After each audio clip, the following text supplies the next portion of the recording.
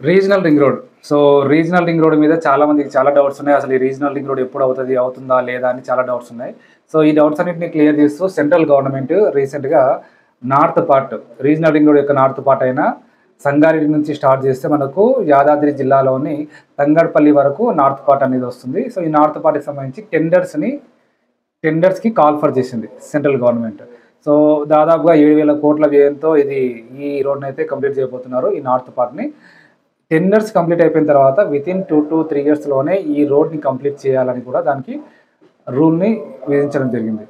So, అలాగే south పార్ట్‌ని చూసుకుంటే సౌత్ పార్ట్‌ని స్టేట్ గవర్నమెంటే టేకప్ చేస్తుందని చెప్పారు. సో, కానీ అది కూడా సెంట్రల్ గవర్నమెంటే టేకప్ చేసే ఛాన్స్ ఉంది. సో, సౌత్ పార్ట్ అనేది మళ్ళీ మనం సేమ్ యాదాద్రి జిల్లా తంగడపల్లి నుంచి స్టార్ట్ చేస్తే సంగారెడ్డి వరకు కూడా ఉంటుందన్నమాట.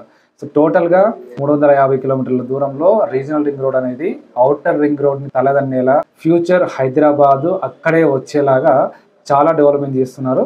సో, ఈ రీజనల్ రింగ్ రోడ్ పరిసర ప్రాంతాల్లో మనకు ఇప్పటికీ చాలా తక్కువ రీజనబుల్ ప్రైస్‌లోనే ల్యాండ్స్ అయితే అవైలబుల్ ఉన్నాయి కాబట్టి సో, రీజనల్ రింగ్ రోడ్ పరిసర ప్రాంతాల్లో ది బెస్ట్ డెవలప్‌మెంట్స్‌తో బెస్ట్ ప్రైస్‌లో మీకు ప్లాట్స్ కావాలనుకుంటే కింద ఉన్న నెంబర్‌కి కాల్ చేయండి.